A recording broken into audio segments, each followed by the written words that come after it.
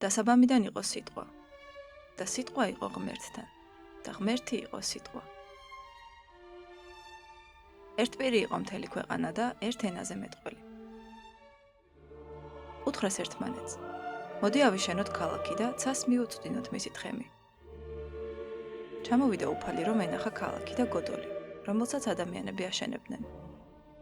და თქვა უფალმა, ერთი ხალხია ეს და ერთი ენა აქვს ყველას. რა კი ეს საქმე წამოუწყიათ, ამიერიდან გააკეთებენ ყველაფერს, რასაც კი განიზრახავენ. ჩავალ და ენებს აურევ მათ, რომ ვერაფერი გააგებინონ ერთმანეთს.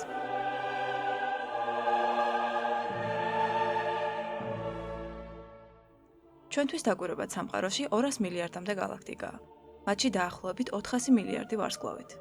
NASA-ს შეფასებით დაახლოებით 20% უნდა ატარებდეს პლანეტას, რომელიც სიცოცხლისთვის ხელსაყრელ ზონაშია. დრეიკის განტოლება ცდილობს სწორედ ამ თავსატეხის ამოხსნას. სტატისტიკა კი გვეუბნება, რომ ზოგიერთ მათგანზე სიცოცხლე უნდა გაჩნდეს. ზოგიერთი შესაძლოა განვითარდეს და შექმნას ინტელექტი.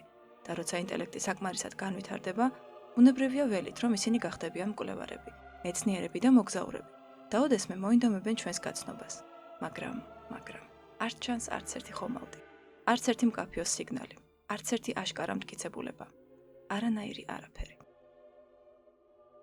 ეს არის ცნობილი ფერმის პარადოქსი, რომელიც სვამს ასეთ შეკითხვას. თუ უცხო პლანეტელები ალბათობით უნდა არსებობდნენ, რატომ არასდროს გვინახავს არც ერთი მათგანი? შესაძლოა ცივილიზაციები იკარგებიან ომებში, თვითგანადგურებაში, ეკოლოგიურ კატასტროფებში, მანამ სანამ მოგზაურობას და კომუნიკაციას შეძლებენ.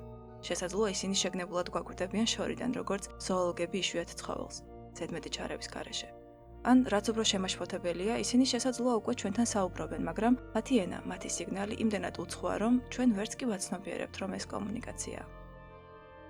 დენი ვილნოვის 2016 წლის ფილმში Arrival უცხო პლანეტელების ენა სრულიად ახალ პრინციპზეა აგებული.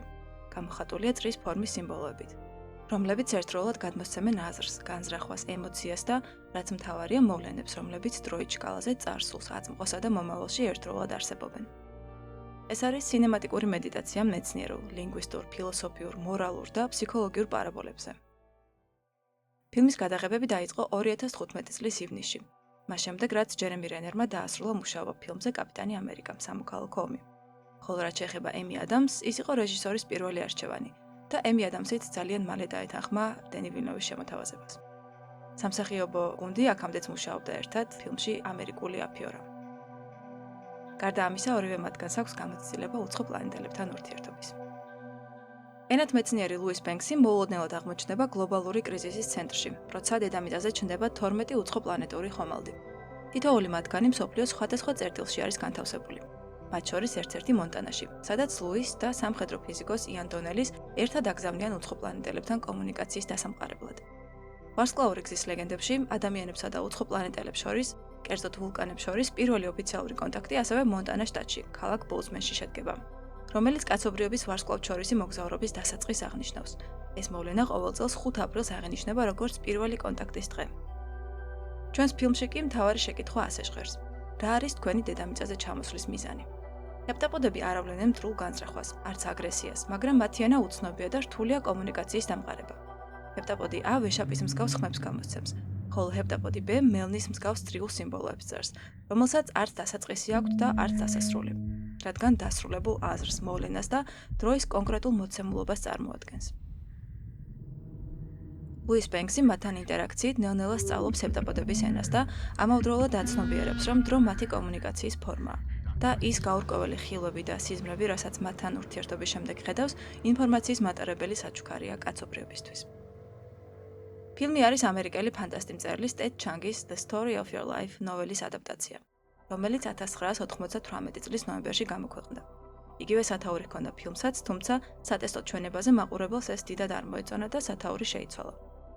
წერლის ინსპირაცია იყო მე-17 საუკუნის მათემატიკოსის პიერ დე ფერმის თეორემა, ცნობილი როგორც ფერმის პრინციპი, რომელიც ეხება უმცირეს გზას, რომელსაც სინათლის სხივი ორ წერტილს შორის გადის. სცენარის ავტორმა ერიკ ჰაიზერერმა რეჟისორთან ერთად მნიშვნელოვანი ცვლილებები შეიტანა ნარატივში. ორივე ვერსია აღწერს ლუის ბენქსის პირად ოდისეას ენის და ლოგოსის სამყაროში, სადაც ის აღწევს ცნობიერების იმ დონეს, რომელსაც ის საბოლოოდ ადამიანური აღქმის მიღმა მდგომარეობამდე მიხავს, შემეცნების და გააზრების უნივერსალურ, დაახლოებით 4 განზომილებიან მოდელში. უცხო პლანეტელები, ჰეპტაპოდები საუბრობენ დაწერილ ენაზე, რომელიც არ მიჰყვება ჩვენთვის ნაცნობ არცერთ ენობრივ სტრუქტურას. მათი წერილობითი სისტემა მთლიანად გამოხატავს აზრს. ეს არის დეტერმინირებული სტატიკური დროის წრე. This is a world where nothing is solved. When someone once told me time is a flat circle. არტურ კლარკის ცნობილი ნაწარმოების მიხედვით გადაღებულია ამავე სახელწოდების მინი-სერიალი, სადაც ასევე უცხო ცივილიზაციის წარმომადგენლები, ოვერლორდები ესტუმრებიან დედამიწას წესრიგის დასამყარებლად. ეს არის ღრმად ფილოსოფიური გნოსტიკური ტექსტი. ოვერლორდებს კლასიკური დემონების იერსახე აქვს. თუმცა ისინი არ არიან ტირანი მმართველები. ტედ ჩანგის წიგნში 12-ის ნაცვლად 112 ხომალდის სტუმრობს დედამიწას. ისინი ოვალურ ობიექტს იყენებენ საკონტაქტოდ, რომელთა სახელიც არის Looking Glasses. ხოლო თავად უცხო პლანეტელები საერთოდ არ გამოდიან უშუალო კონტაქტზე. მათ შორის ყოველთვის არის რაღაც ბარიერი, თითქოს ისინი აკვარიუმში არიან. ლუისის პირველი პროგრესიც სწორედ მას შემდეგ გამოჩნდება, რაც ის დამაკმაყოფილებელ ბარიერებს მოიშორებს. რეჟისორის და სცენის დიზაინერის გადაწყვეტილებით ხომალდი რეალური კონსტრუქცია, ყოველგვარი მწვანე ფონის გარეშე. მთავარი ვიზუალური ეფექტები აქ სინათლის მეშვეობით იქმნება. And for me that was a big gift from the production because we were able to create the massive tunnel in the chamber. There's no visual effects there. It's all real. Production design and cinematography, they always go hand in hand, but more deeply in this movie than most. დიზაინერის ბრედფორდ იანგის ინსპირაცია იყო შვედი ფოტოგრაფის მარტინა ჰოგლანდ ივანოვის ფოტოები. წიგნში ძალიან დეტალურად არის აღწერილი ენის სტრუქტურა, ლინგვისტური თეორიები და გრამატიკული სისტემები. ასევე ძალიან საინტერესო შედარებებია ნაცნობ ფიზიკურ მოვლენებთან და სხვადასხვა მეცნიერულ თეორიებთან, რაც გვაჩვენებს, რამდენად მჭიდროდ არის დაკავშირებული სემანტიკა, მორფოლოგია და კომუნიკაციის ადამიანური ფორმების სამყაროს აღქმის ჩამოყალიბებაში. თავის მხრივ ფილმი წინარჩუნებს არათანმიმდევრულ ნარატივს და მონტაჟის და პერსპექტივის საშუალებით მაყურებელს ნელ-ნელა აცნობს, რომ დასაწყისი სინამდვილეში დასასრულია, რომ ლუისის მოგონებები სინამდვილეში მომავლის შესახებ მოგვითხრობს. წიგნში ასევე აღნიშნულია, რომ ჰეპტაპოდები იზიარებენ ჩვენებურ მათემატიკას, თუმცა ალგებრის გამოკლებით. მათი და ჩვენი მათემატიკა ერთმანეთისთვის მორგებადია, თუმცა განსხვავებულ პერსპექტივას წარმოადგენს. ამის შესახებ Reddit-ზე ერთი სასაცილო კომენტარი შემხვდა. ფილმში ასევე დამატებულია გლობალური კრიზისი, სამხედროები, ჩინეთთან კონფლიქტის ხაზები და სიტყვა იარაღის არასწორი ინტერპრეტაციაც. რაც შეეხება ენის სტრუქტურას, ეს ნაწილიც გამარტივებულია წიგნთან შედარებით და ვიზუალურად არის გადმოცემული ორიგინალური სიმბოლოების საშუალებით. ასევე გამოყენებულია ვიდეო ედიტინგი ემოციის და შინაარსის გადმოსაცემად. ერთი სცენა, სადაც გენერალი ვებერი ღელავს ლუისის ჯანმრთელობაზე და მის მაგივრად იენს აგზავნის მისიაზე, მთლიანად მონტაჟით არის მოთხრობილი. უხეშად დაჭრილი კადრები, ცნობილი როგორც ეგრეთ წოდებული jump cut, პერსპექტივის ცვლილება და სიზმრის მსგავსი არეული თხრობა. ამ მეთოდით ჩვენ ვხედავთ ლუისის განცდებს და გაურკვევლობას, რაზეც საუბრობს ფილმში ნახსენების საფირ-ვოლფის თეორია. ახალი ენის სწავლა ქმნის ახალ ნეირონულ კავშირებს და გონება სხვაგვარად გადააწყობს. მთავარი შეკითხვა ფერმის პარადოქსის ერთგვარი გაგრძელება. თუ ოდესმე მართლა შევხვდებით უცხო ცივილიზაციას, რომელიც არ იზიარებს ჩვენს ბიოლოგიურ ფორმას, დროსა და მიზეზ შედეგობრიობის ჩვენებურ აღქმას, როგორ შევძლებთ მათთან კონტაქტის დამყარებას? რა არის ის ხიდი, რაც ადამიანური ცნობიერების მიღმა დამოუკიდებლად არსებობს და უნივერსალურია ყველგან, ყველა მოცემულობაში? მათემატიკა, მუსიკა, გრძნობა, თუ რამე უფრო მარტივი, მაგალითად ფორმა. გირჩევთ ჯერ ფილმი ნახოთ და შემდეგ უყუროთ ამ ვიდეოს. ფილმი არ იწყება კოსმოსური სანახაობით, სუპერთანამედროვე ხომალდით ან შორი კადრით დედამიწაზე. არამედ ემი ადამსის მშვიდი, თითქმის ჩურჩულით ნათქვამი მონოლოგით, რამდენიმე ინტიმური ფრაზა ქალიშვილზე და მოგონებებზე. ცნობილი კომპოზიციის ფონზე, რომელმაც მხოლოდ იმიტომ ვერ მიიღო აკადემიის ნომინაცია, რომ მანამდე არსებულ კომპოზიციას წარმოადგენდა. I used to think this was the beginning of your story. პირველ სამ წუთში დენი ვილნოვი გვაჩვენებს დედაშვილის მშვიდ, მყუდრო თანაცხოვრებას. Memory is a strange thing. თამაშს, სიხარულს, ტკივილს და მძიმე It დანაკარგს. doesn't work like I thought it did. We are so bound by time. თუმცა ამ სცენების რეალურ მნიშვნელობას ჩვენ ჯერ ვერ ხვდებით. რეჟისორის უნარი აღიქვას და მაყურებელს აჩვენოს ქალის პერსპექტივიდან დედის როლში ყოფნის ბედნიერება და ამავდროულად გარდაუვალი ტკივილის განცდა ცალკე ვიდეოს ემსახურებს. ის იყენებს მონტაჟს, განათებას და ფორმებს აზრის გადმოსაცემად. ჩვენ მიჩვეული ვართ აზრის თანმიმდევრულ სტრუქტურას. ჯერ ვეცნობით მიზეზს, რასაც მოხვება გაგრძელება და ბოლოს კულმინაცია. თუმცა ამ ფილმში ეს ხაზი მრუდდება და იქცევა დასრულებულ წრედ, ერთგვარ ციკლად, რომელიც დაიხურება მაშინ, როცა მის მნიშვნელობას მიხვდებით.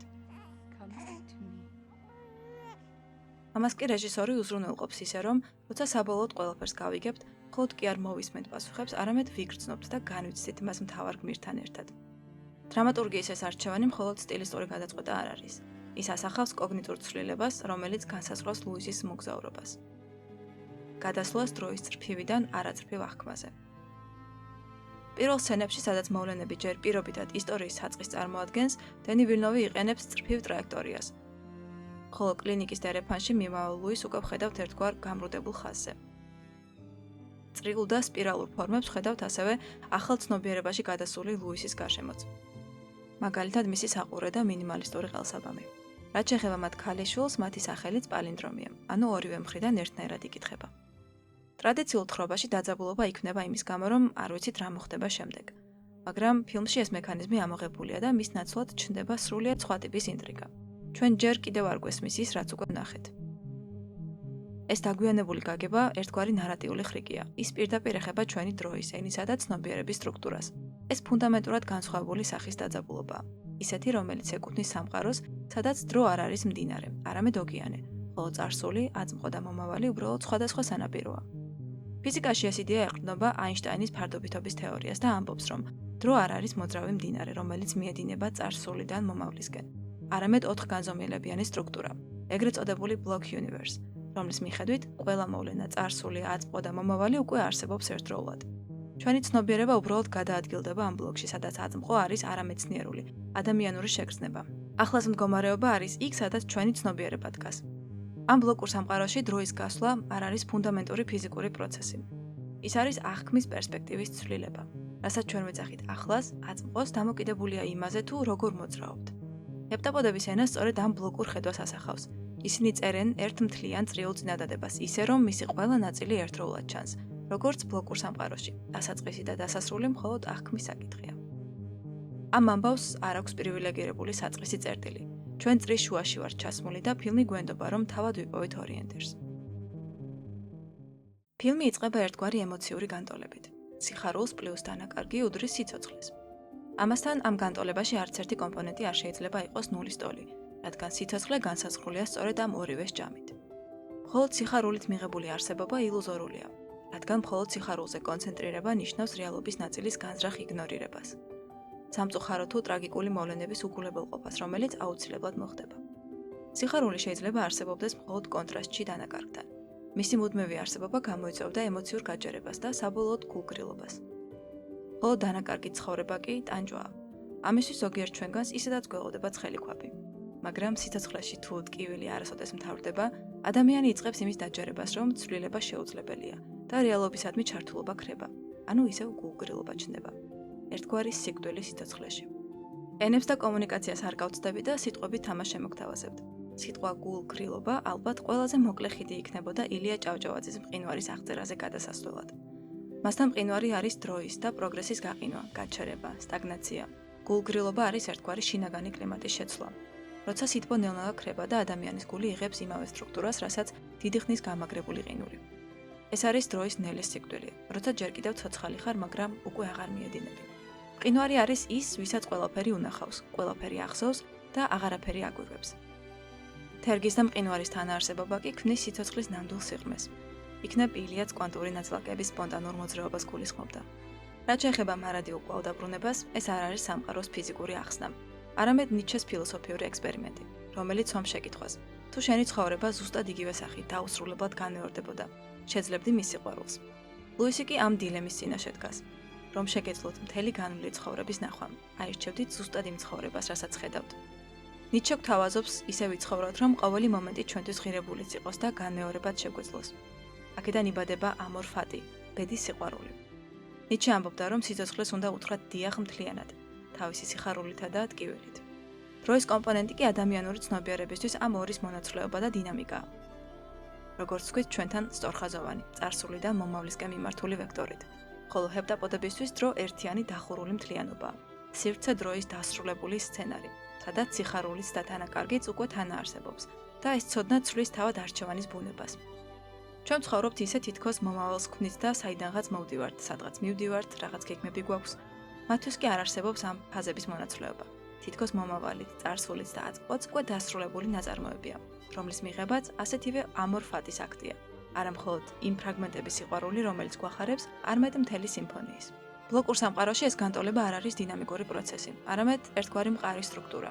ჩვენი ცნობიერება კი უბრალოდ გადაადგილდება ამ წერტილებს შორის უკეთესი მუსიკის პოვნის იმედით. თითქოს შესაფერის რადიო სადგურებს ვარჩევდეთ. რა თქმა უნდა, გარდაუვალი დისონანსებით, პაუზებითა და საბოლოო სიჩუმით. ვაცნობიერებთ, რომ ეს სიჩუმე ერთხელ მოიცავს მთელ კოსმოსს. სითბური სიკვდილის მომენტში, როცა ენერგიის ყველა განსხვავება გაქრება და თვით დროც დაკარგავს მნიშვნელობას. გარდაუვალი ენტროპიის და სამყაროს აღსასრულის შესახებ აიზეკ აზიმოვის პატარა ნოველას გირჩევთ. მაგრამ ჩვენ ჯერ არ ვართ მზად ამ განტოლების ამოსახსნელად. ბლოკური სამყაროს თეორიაც არ არის სრულყოფილი. რა თქმა უნდა, ყველაფერს ისევ კვანტური სამყარო არღვევს. რადგან უმცირეს მასშტაბებზე აღარ გვაქვს ეს დეტერმინირებული, სიმკაცრე და მოვლენების შემთხვევითია. ამიტომ მომავალი შეიძლება სრულად არ იყოს დაწერილი. აქ შემოდის ეგრეთ წოდებული მზარდი ან მოძრავი ბლოკური სამყაროს თეორია.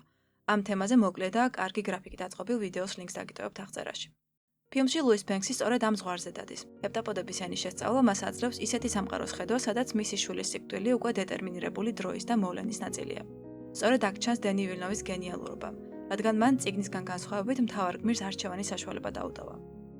წიგნში ლუისის შვილი ბევრად უფრო დიდ ასაკში, დაახლოებით 25 წლის გარდაიცვლება მთაზე ცოცვისას. ფილმში კი იშვიათი მძიმე ავადმყოფობით, რაც ამ მოვლენის თავიდან აცილების საშუალებას გამორიცხავს. ლუისის არჩევანი იცოდეს მომავალი და მაინც აირჩიოს ეს გზა, გვაჩვენებს, რომ მომავალი მაინც ღიაა ადამიანის გამოცდილებისთვის. იანი ეუბნება ლუისს, რომ ის ენას მათემატიკოსივით აღიქვამს. You approach language like a mathematician, you know that, right? ერთ-ერთ შემდეგ სცენაში კი ის შვილს ეუბნება ტერმინს, რომელიც ასე ჟღერს: non-zero sum, ანუ არა ნულის ტოლი ჯამი. როდესაც ორივე მხარე მოგებულია, ან ორივე შეიძლება დაზარალდეს. როდესაც zero sum, მაგალითად პოკერში, ერთის მოგება ნიშნავს მეორის აუცილებელ წაგებას. ეს ფილმი ეხება დიპლომატიას, კომუნიკაციას, ვაჭრობას და ფართო მასების ერთობლივ კოოპერაციას. ანუ ყველაფერს ჰაეროვანს. თუმცა ამ ყველაფრის გაცნობიერება სულაც არ გვაზღავს იმისგან, რომ ერთმანეთს მაინც ვერ უგებდეთ. I guess that's why I'm single. Trust me, you can understand communication and still end up single. პრემიერამდე 2 წლით ადრე, ანუ 2014 წელს ეკრანებზე გამოვიდა ინტერსტელარი, რომელმაც განსაზღვრა ფილმის დასასრული. თავდაპირველად ჩვიდფეხები ადამიანებს ვარსკვლავს შორისი ხომალდის, უფრო ზუსტად კიდობანის ნახაზებს აჩუქებენ, რაც ჩორეულ მომავალში კაცობრიობას მათი დახმარების საშუალებას მისცემდა. თუმცა მას შემდეგ, რაც ინტერსტელარმა მსგავსი კონცეფცია დაამუშავა, შემოქმედებითმა გუნდმა გადაწყვიტა ფოკუსის შეცვლა. მომავლის ტექნოლოგიის ან ფიზიკური საჩუქრის ნაცვლად მათ ხაზი გაუსვეს ენის და კომუნიკაციის ძალას. არის თუ არა დრო გაყინული ბლოკი? არ ვიცით. იზრდება თუ არა ის? არც ეს ვიცით. თუ დრო საერთოდ ილუზია, როგორ უყურებ საკუთარ ცხოვრებას, როგორც უკვე დაწერილ წიგნს თუ როგორც ისტორიას, რომელსაც ყოველდღე თავად ვწერთ. ვიცი, რომ ძალიან ტრივიალური და ბანალურია, მაგრამ მხოლოდ მანამ, სანამ გარე გამღიზიანებლებს მოვწდებით, მოჩვენებით გართობას, საქმიანობას, დროის მოკლას, ეს რა ტერმინია საერთოდ. და ამ შეკითხვას მართლა გულწრფელად ჩაუღრმავდებით. ისე თითქოს არავინ გვიყურებს. შეუძლებელია წამით არ დაგაეჭოთ რეალობამ და არ გიბიძგოთ უფრო მეტი კითხვების დასმისკენ. და აქ ჩნდება დროის კვანტური ნაწილაკი. მგონი ასეთ რამე საერთოდ არ არსებობს. თუმცა, როგორც მამარდაშვილი იტყოდა, ჩვენ ჭეშმარიტება მხოლოდ გაელობაში გვეძლება. რაღაც მილიწამში. თითქოს მიუწვდებით პასუხებს და რაც უფრო მეტად ვცდილობთ მის მოხელთებას, მით უფრო გშორდება და ხელიდან გვესხლდება. აი დეჟავუს დაჭერას რომ ვცდილობ დაახლოებით ისე.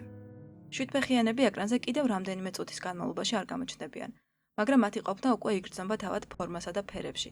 როგორც თავად რეჟისორი ამბობს, ეს არის განცდა, როდესაც თინეიჯერი ხარ და სასკოლო ავტობუსით მგზავრობ ერთ უჟმურ წვიმიან დღეს. The feeling that this was happening on a bad Tuesday morning, like when you're a kid in a school bus on a rainy day going to school and you dream looking at the clouds, you know, and it's rainy and that kind of atmosphere. საერთოდ როგორ მოხვდი ამ გაუგებრობაში? თუმცა ამ განცდების ზუსტი ფორმულირება არ შეგიძლია. ამასობაში კი ნელ-ნელა უახლოვდები ობიექტს, სადაც რაღაც არსებები გაურკვეველ ენაზე გესაუბრებიან. არა, სკოლა არა. აი ეს. ზოგიერთი ენათმეცნიერი თვლის, რომ პირველი სიტყვა წარმოთქმული იყო საგნის აღსაწერად, ან ვინმე გაქცეულის მოსაბრუნებლად. თუმცა იქნებ პირველი სიტყვა საერთოდ არ იყო ხმოვანი, მაგალითად ქვიშაზე დახატული ფორმა. აი ტომ სოიერი, რომ ფეხის ცერათით წერს ბეგი ტეტჩერის სახელს. ან სულაც იგი, რომელიც ნის სახელს ქვიშაში მოხაზავს. იგის ტრანსფორმაცია და მასში პიროვნების გაღვიძებაც სწორედ შეკითხვების დასმით იწყება. პირველი ინტერაქცია შინაგან ხმასთან და სამყაროსთან. თუ რა გაინტერესებს სამყაროსგან და რა პასუხების მოსმენა შეგიძლია. სანამ უცხოპლანეტურ ენას მივუბრუნდებით, უნდა გავიხსენოთ, როგორ მუშაობენ ჩვენი ენები. ენა ჩვენი ცივილიზაციის ნერვული სისტემაა. ყველა ენა აშენებულია იერარქიულ სტრუქტურებზე, ეგრეთ წოდებული ლინგვისტური ხის მსგავსად, რასაც ნოამ ჩომსკი უნივერსალურ გრამატიკას უწოდებს. ყველა ენას შეუძლია შეკითხვების ფორმირება, ბრძანების გამოხატვა, ნარატივის შექმნა. შეიძლება ითქვას, რომ მარსელი ლინგვისტის თვალში დედამიწელები ერთ ენაზე ვსაუბრობ, უბრალოდ სხვადასხვა ვარიაციებით. მსოფლიო რუკაზე თუ გადახედავთ, შეიძლება დაიჭიროთ კიდეც რაღაც მუსიკალური გრადაციის მსგავსი, სადღაც გარკვეული ხმოვნები და თანხმოვნები ნელ-ნელა ქრება და მათ სხვები ანაცვლებენ.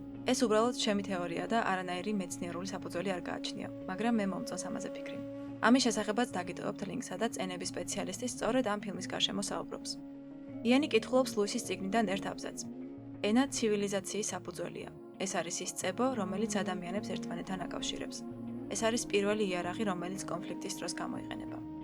ქართული ენა ყოველთვის იყო ეროვნული სიმბოლო და მთავარი ბურჯი, მამული ენა სარწმუნება ტრიადის სამგანზომილებაში. სწორედ ამიტომ 1978 წლის 14 აპრილს, როცა საბჭოთა კანონში ქართული ენის სტატუსი სერიოზული შემცირების მცდელობა იყო, თბილისის ქუჩები იკრთა ბრძოლად იდენტობის, კომუნიკაციის და ამ ერის წებოს დაცვისთვის.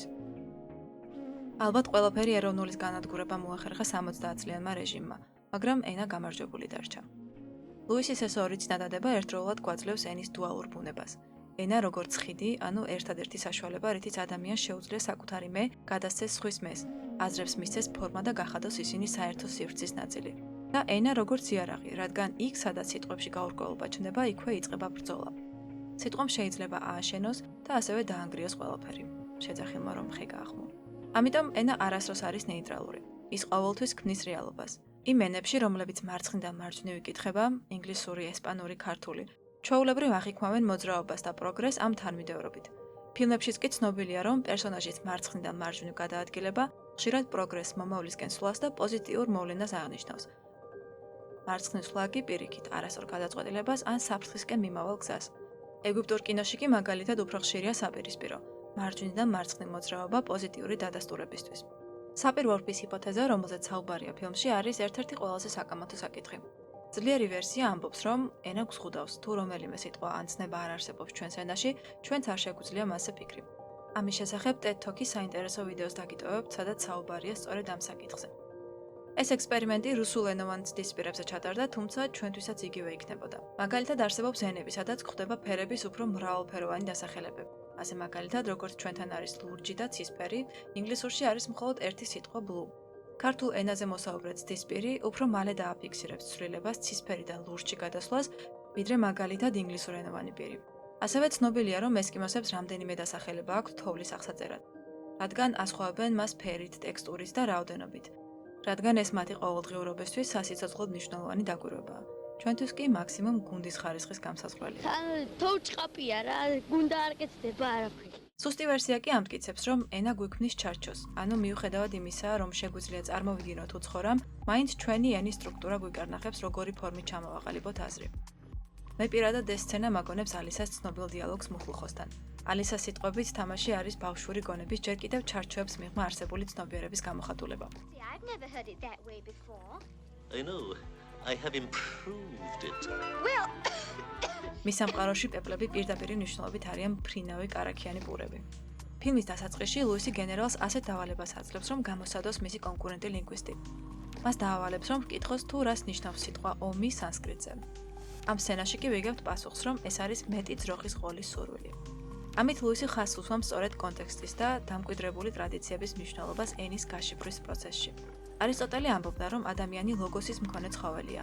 ენა არის ის, რაც ადამიანს ცხოველთა სამყაროსგან გამოყოფს. ისეთი ფიგურები, როგორიც მიშელ ფუკუა ამბობდნენ, რომ ენა არის ძალაუფლება, ვინც განსაზღვრავს ტერმინის მნიშვნელობას, გარკვეულწილად განსაზღვრავს რეალობასაც. ჯორჯ ორუელის 1984-ში ნიუსპიკი არის ფიქციური ენა, რომელიც შექმნილია ტოტალიტარული მმართველობის მიერ, რათა შეზღუდოს და აკონტროლოს მისი მოქალაქეების ფიქრები. ფილმში კი ენა როგორც იარაღი ყველაზე კრიტიკულად ვლინდება მაშინ, როცა იარაღი ადამიანურ ინტერპრეტაციას იძენს. ამას ეხება სამთავრობო აგენტის რეპლიკაც, რომელიც ისტორიულ მაგალითებს შეახსენებს გუნდს. Sure there is. Just grab a history book. The British with India, the Germans with Rwanda. They even got a name for it in Hungary. ჰეპტაპოდების ენის შესაქმნელად დიზაინერი და მისი მეუღლე მუშაობდნენ სხვადასხვა წყაროებით, იეროგლიფების, მკვდარი ენების, ცენტრალური ამერიკის და სამხრეთ ამერიკის კულტურების დამწერლობის შეჯერებით. რათა შეექმნათ ჰეპტაპოდების ლოგოგრამები, რომელიც დენი ვილნოვის აზრით ყავის ლაქებს გავს. უცხოს შიში სინამდვილეში სარკეა. ადამიანებს სეპტაპოდების იმიტომ ეშინიათ, რომ ისინი გვახსენებენ იმას, რასაც საკუთარ თავში ვერ უსწორებთ თვალს, ჩვენს ბუნებას, ჩვენს ისტორიულ გამოცდილებებს. იან დონელი მათ ცნობილი კომედიური ჟანრის დუოს სახელებს დაარქმევს: ებოტი და კოსტელო. Who's on First ეს არის 40-იანი წლების ცნობილი სკეჩი, სადაც მათი წყვილი კამათობს ბეისბოლის გუნდის წევრებში, ვის რა პოზიცია აქვთ. სასაცილოს ამ სკეჩს სწორად სიტყვებით თამაში და გაუგებრობა ქმნის. უცხო პლანეტელებს ორი ენა აქვთ. ჰეპტაპოდი ას აქვს ხმოვანი ენა, რომელიც ვეშაპის სიმღერას გავს და ძნელად გასაშიფრია. სავარაუდოდ ის ეკოლოკაციას იყენებს ორიენტაციისთვის. ვეშაპების ენაზეც დაგიტოვებთ ლინკებს. რაც შეეხება ჰეპტაპოდ ბის, მისი ენა მელნის მსგავს წრიულ ფორმებში ვლინდება. ჰეპტა ბერძნულად ნიშნავს 7 ხოლო პოდი ფეხს. 7 ფეხი უფრო დაბალანსებული და ჰარმონიული აღსაქმელად. ეს ცნობილია როგორც ჰეპტა რადიალური სიმეტრია. ამაზეც დაგიტოვებთ ლინკს აღწერაში. მოკლედ აღწერასაც გადახედეთ. ჰეპტაპოდების კამეოს ასევე იხილავთ Walmart-ის სუპერბოულის რეკლამაში. მათ არ აქვთ თვალის კონტაქტი, სახის მიმიკა, ჟესტების ენა, ანუ ყველაფერი რისი საშუალებითაც ჩვენ ვამყარებთ კომუნიკაციას. ჰეპტაპოდები აშკარად შთაგონებულია ცეფალოპოდებით, იგივე კალმარებით, ოქტოპუსებით და ნაუტილუსებით. Pixar-ის ანიმაციაში Finding Dory ანიმატორებს ძალიან გაუჭირდათ 8 ფეხას, უბრალოდ 7 ფეხას სეპტოპუსის, ჰენკის ანიმირება. მას ძირითადად არ აქვს პირი, მხოლოდ მაშინ, როცა ყვირის. ამიტომ ძირითადი აქცენტი გადატანილია თვალებზე. ჰენკი ნამდვილი 8 ფეხასგან განსხვავებით შედარებით ნაკლებს მოძრაობს და ნაკლებად ელასტიურია. Pixar-ის ანიმაციები ყოველთვის მოიცავს კვალიფიცირებულ კვლევებს, ამიტომ ახალი დასამახსოვრებელი პერსონაჟის უკან დგას ნამდვილი ბიოლოგია, რომელიც ჰარმონიაშია ტექნოლოგიურ პროგრესთან. ჰენკის პერსონაჟმა რიგინგის ახალი სტანდარტები შემოიტანა ანიმაციაში და ის არა მხოლოდ ვიზუალურად არის შთამბეჭდავი, არამედ წარმოადგენს Pixar-ის ძალის დემონსტრაციას ანიმაციის მხრივ. რა თქმა უნდა, შემთხვევითია, რომ ამ ანიმაციაში ისმის თავად სიგურნი უივერის ხმა, რომელიც თავის თავს თამაშობს. ცეფალოპოდები ითვლებიან ყველაზე ინტელექტუალურ უხერხემლოებად. გერმანულად მათი საერთო სახელია Tintenfish, რაც პირდაპირ ნიშნავს მელნის თევზს. ეს სახელწოდება ეფუძნება იმ ფაქტს, რომ ამ ცხოველს შეუძლია მელნის გამოყოფა თავდაცვის მიზნით. ოქტოპუსს დაახლოებით 500 მილიონი ნეირონი აქვს. მათი ნეირონების დიდი ნაწილი გადანაწილებულია კიდურებში, ამიტომ ყოველი ფეხი თითქოს თავის პატარა ტვინს ფლობს. შეუძლიათ ფერის, ტექსტურის და ფორმის მიმიკრია, რათა თავი დაიცვან მტაცებლებისგან. ზოგიერთი მათგანი სარკეში საკუთარ ანარექსლს გიცნობს. არსებობს პოპულარული, თუმცა არა სამეცნიერო კონსენსუსით აღიარებული თეორია უცხოპლანეტელი 8 ფეხების შესახებ. რადგან ცეფალოპოდები ძალიან განსხვავებულები არიან სხვა ცხოველებისგან. შეუძლია გამოიკვლიოს სივრცე, გახსნას მექანიზმი, შეცვალოს მიმართულება, სანამ ცენტრალური ტვინის საერთოდ ჩაერთვება საქმეში. ისინი თითქოს გვაჩვენებენ, რომ ცნობიერება აუცილებელი არაა ერთ ცენტრში იყოს თავმოყრილი. ეს გვაგონებს ცნობილ ექსპერიმენტს, რომელიც 1960 წელს როჯერ სპერიმ და მაიკლ გაზინგამ ჩაატარეს, რომელიც ცნობილია როგორც Split Brain Experiment, ანუ გაყოფილ ტვინზე ექსპერიმენტები, სადაც დადგინდა, რომ ტვინში მარჯვენა და მარცხენა ნახევარსფერო სხვადასხვა ფუნქციონალზე არის პასუხისმგებელი. მარცხენა ანალიტიკური სფერო ენის და კომუნიკაციისთვის, ხოლო მარჯვენა ვიზუალურ სივრცეთი აღქმისთვის, სადაც თითოეული ჰემისფერო თავისებურად მოქმედებდა თუ ეს ნაწილები არ იყო ერთმანეთთან დაკავშირებული.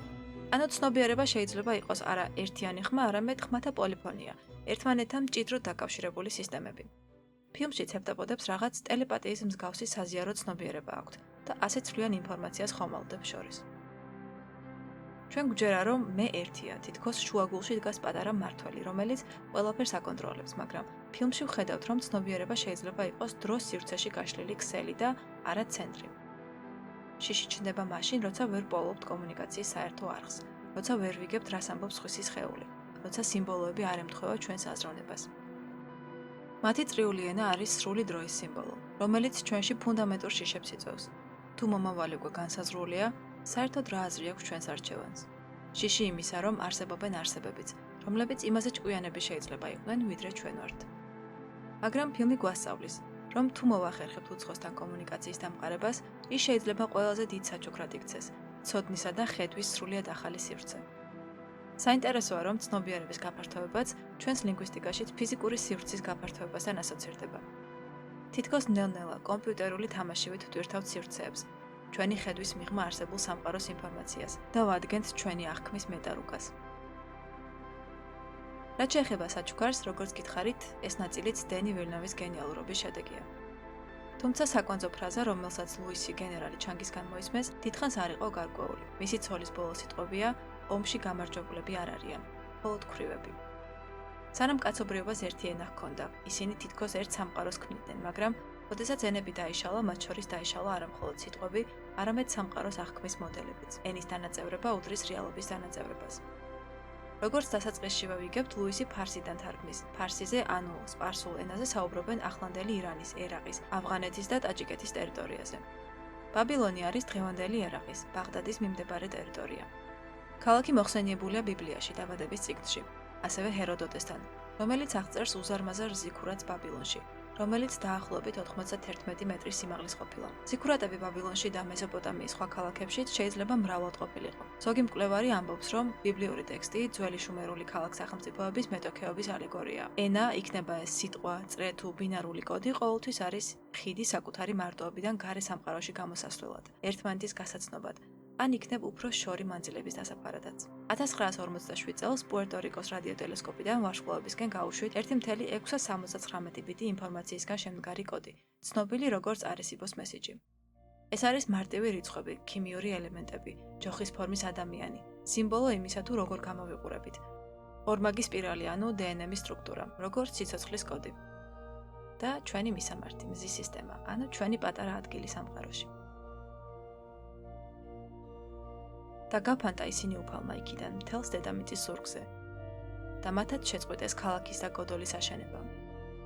ამიტომაც ეწოდა სახელად ბაბილონი, რადგან სწორედ აქ აღრია უფალმა მთელი დედამიწის ენა და აქედან გაფანტა ისინი უფალმა დედამიწის ზურგზე.